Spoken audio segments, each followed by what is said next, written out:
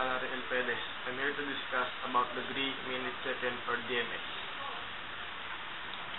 It is about converting degrees into degree, minute, second, or converting DMS to degree form. For example, 45.125, we will convert it into DMS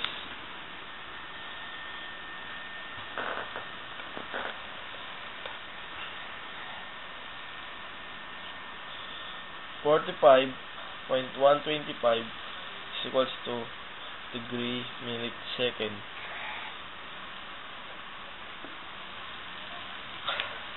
The whole number 45 will be our degree, and the .125 we will convert it into minute.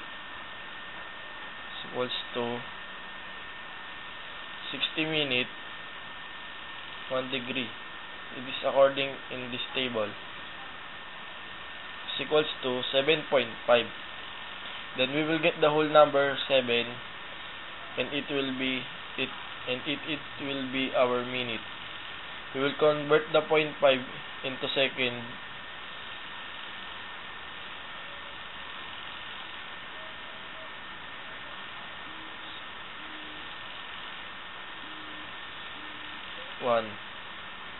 Is equals to 30 seconds.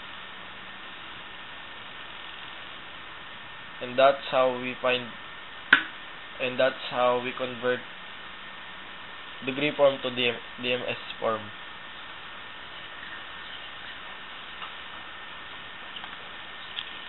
Second example, we will convert the DMS form into degree form.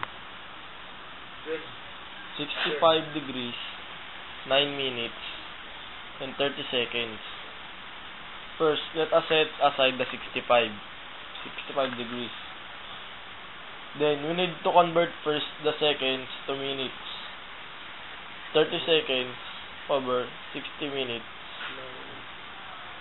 over is equals to 0.5 minutes. And the number 9 in here, 9 minutes, will be added into 0.5 minutes. 9 minutes plus 0.5 minutes is equals to 9.5 minutes. Then we will convert 9.5 minutes into degree form. We will over it with 60, and the answer will be 0.15833 bar. And this answer will be added in the. Then we will convert let us add the one we set aside a while ago, the 65, to this one. 65 degrees plus 0.158333 bar is equals to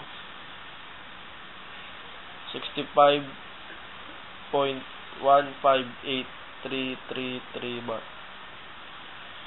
And that's how we convert DMS form to simple degree form.